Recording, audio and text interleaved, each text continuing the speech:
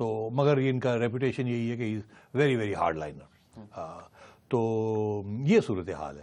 اب یہ لوگ وہاں گئے ہوئے ابھی تک واپس نہیں آئے, وہیں بیٹھے ہوئے ہیں, اور وہاں سے کچھ خبریں آ رہی ہیں کہ جی انہوں نے 15 ڈیمانڈز کی ہیں, اور ادھر سے گورنمنٹ کے بھی کچھ چیزیں ہیں.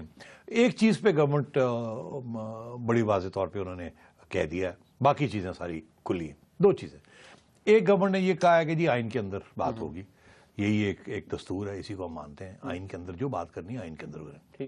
دوسرا انہوں نے یہ کہا کہ جو بھی بات ہوگی جہاں جہاں ٹیررزم کے جو علاقے ہیں ان کے بارے میں بات ہوگی, باقی سارے پاکستان کی کوئی بات نہیں ہوگی. اچھا, تو یہ دو باتیں گورنمنٹ کی طرف سے. ٹھیک. اچھا, اس میں ایک بات ہے, اب عمران خان صاحب کی طرف سے ایک دو روز پہلے یہ ان کا سٹانس آیا کہ جی دیکھیے یہ وہ لوگ جو یہ کہتے تھے کہ تحریک طالبان آئین کو نہیں مانتی وہ ایکسپوز ہو چکے ہیں. تحریک طالبان نے پاکستان کی حکومت کے ساتھ آئین کے تحت ہی مذاکرات کرنے کی, اس کے انڈر مذاکرات کرنے کی انہوں نے شیورٹی دی ہے. جبکہ اخبارات کے اندر جو بیان شاہد اللہ شاہد صاحب کا آتا ہے وہ یہ کہتے ہیں کہ اگر ہم یہ آئین کو مانتے ہوتے تو پھر ہمیں لڑنے کی کیا ضرورت تھی. صحیح کہہ رہے ہیں. میں سمجھتا ہوں یہاں دو باتیں. ایک تو جو طالبان نے عمران خان صاحب کو جو نامینیٹ کیا وہاں پرابلم آ گئی. عمران خان صاحب کے دشمن یا ڈٹریکٹر سمجھ لیں, یا جو لوگ ان سے اتفاق نہیں کرتے ان کی رائے سے, ان کی پالیسی سے, وہ ان کے اوپر الزام لگاتے تھے طالبان خان. اور وہ خود عمران صاحب کہتے ہیں کہ یہ فاشسٹ جو ہیں, یہ لبرل جو ہیں, یہ ڈالر لینے والے, آپ جیسے لوگوں کے اوپر اشارہ کرتے ہیں. تو یہ لوگ جو ہے مجھے کہتے ہیں طالبان خان. ایکچولی اب تو آپ نے تو نہیں کہا, آپ تو طالبان نے ہی کہہ دیے کہ آپ طالبان خان ہیں. ایسی ہے نا, انہوں نے آپ کو اپنا ریپرزینٹیٹو بنا دیا, تو مطلب وہ کہہ رہے ہیں کہ آپ ان کی طرف سے بات کریں, آپ حکومت کی طرف سے نہ بات کریں, پاکستان کی طرف سے نہ کریں, ان کی طرف سے بات. تو میں سمجھتا ہوں اس سے بہت نقصان ہو گیا خان صاحب کا, مطلب اس کا برا امپیکٹ, بہت برا امپیکٹ. وڈرا کر لیا نہیں, وہ جو بھی ہے وہ تو خود ہی انہوں نے کہا کہ میں اس کا حصہ نہیں بن سکتا. مگر کیونکہ دوسری سائڈ نے آپ کو نیم کر دیا تو اس کے ساتھ میں سمجھتا ہوں بہت جن لوگوں کے ذہن میں یہ بات تھی کہ یار یہ پتہ نہیں ان کی کیا پالیسی ہے کیا نہیں, اب وہ تو بالکل ہی جو کنفیوژن تھی ختم ہو گئی ہے. میں آپ کو بتاؤں, مجھے بہت سے لوگوں نے فون کیے, ٹیکسٹ میسیجز کیے کہ ہمیں جو کنفیوژن سی دور ہو گئی, ہم نے ان کے لیے ووٹ ڈالا تھا مگر یہ تو بالکل جو رویہ ان کا اور جو پالیسیز رہی اب تو طالبان نے کہہ دیا وغیرہ وغیرہ. تو بڑی مایوسی ہوئی. مجھے شکر اس بات کا کہ خان صاحب نے مطلب ایک آدھ دن لگایا مگر انہوں نے ڈینائی کر دیا کہ میں بالکل نہیں حصہ بن سکتا, مگر دیر کر دی اس میں بھی, مگر یہ ان کو ہیلپ نہیں کی اس بات. مگر خان صاحب نے دوسری بات ایک صحیح بھی کہی ہے, وہ یہ کہ جی خان صاحب نے بھی یہ کہا اور جماعت اسلامی نے بھی یہ کہا کہ آئین کے اندر یہ شریعہ وریہ والی بات جو ہے اس کی بات تو آئین تو آلریڈی شریعہ از بلٹ انٹو دی آئین. جماعت اسلامی کی طرف سے بھی یہ بیان آیا. لیاقت بلوچ صاحب کا کلپ بھی ہے, تھوڑا سا میں کلیئرٹی لانا چاہتا ہوں. ہاں تو لیا, یہ دکھایا. لیاقت بلوچ صاحب کا آئین کے حوالے سے انہوں نے ایک بات کی, ذرا سنیے. بم پھاڑنے سے, دہشت گردی کرنے سے, خود کش حملہ کرنے سے اور بندوق کی نالی کے ساتھ شریعت نافذ نہیں ہو سکتی. جو آئین ہے پاکستان کا آئین ہے, جس پر ہمارے اکابر نے, ہماری قیادت نے, ہمارے ذمہ داران نے اتفاق کیا ہے, اسی پر ہی نفاذ ہوگا کہ ریاست کا مذہب اسلام ہے, قرآن و سنت سے متصادم قانون نہیں بننا چاہیے. تو بڑی واضح طور پہ یہ بات سامنے آ گئی. مگر آپ کی بات صحیح ہے کہ وہ شاہد اللہ صاحب کہہ رہے ہیں کہ نہیں, وہ کہتے ہیں اگر ہم آئین مانتے ہوتے تو پھر وہ ہمیں. تو یہ ایک بہت بڑا سٹمبلنگ بلاک ہے جو کہ بڑی اب گورنمنٹ کی طرف سے بھی اور جو طالبان کی طرف سے بھی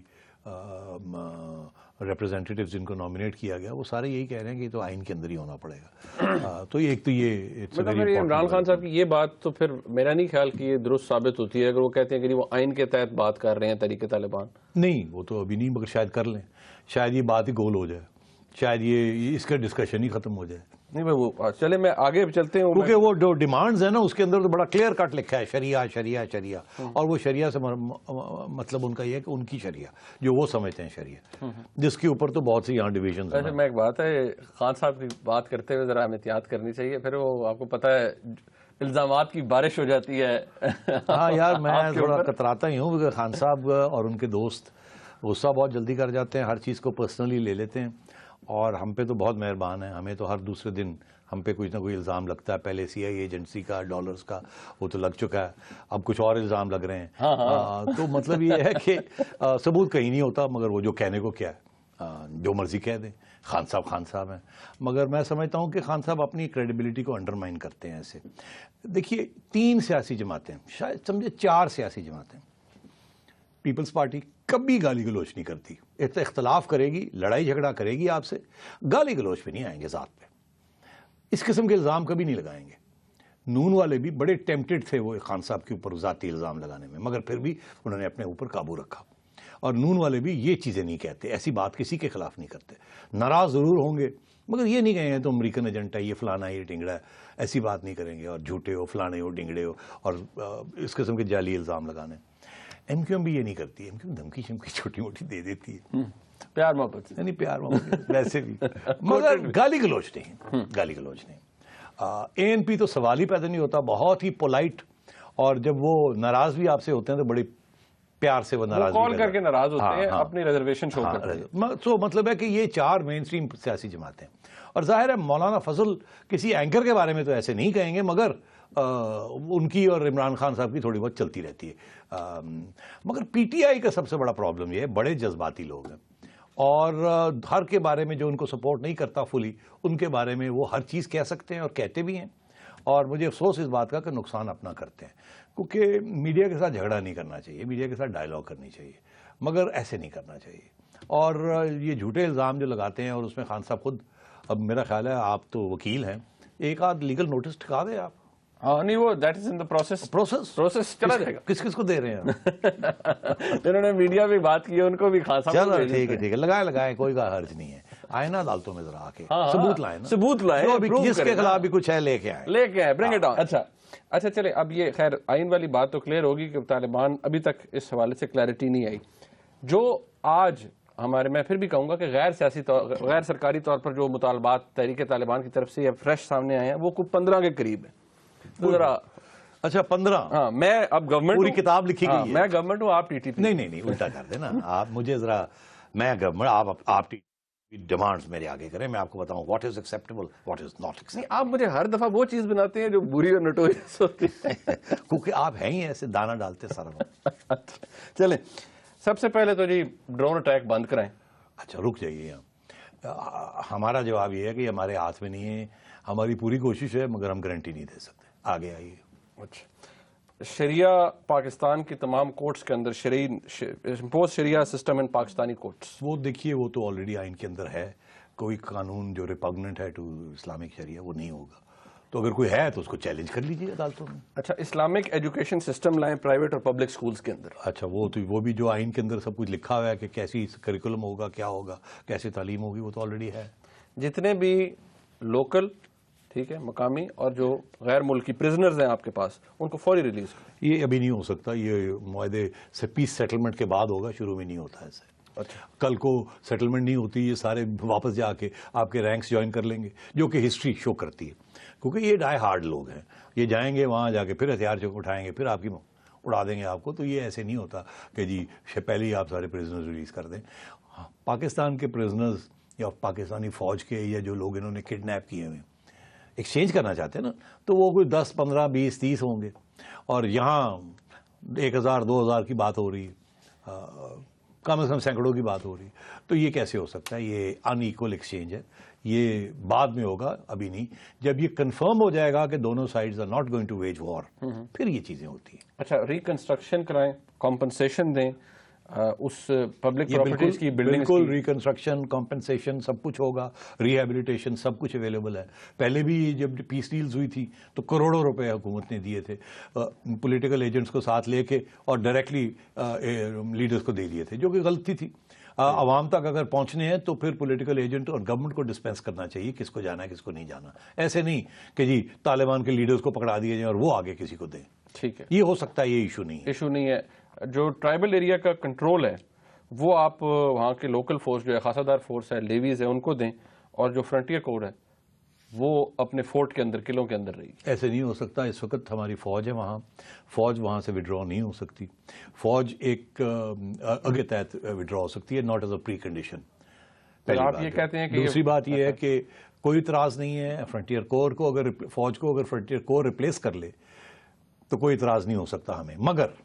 مگر یہ نہیں کہ اپنے فورٹس میں بیٹھی رہے گی. وہ یہ نہیں کہ سارا کے سارا جو ہے وہاں کے لیویز کو اور خسادار کو دے دیا جائے گا، وہ تو ان کے کنٹرول میں ہے اس وقت. مالک تو سارے مارے گئے ہیں جو کہ لیویز کو کنٹرول کرتے تھے.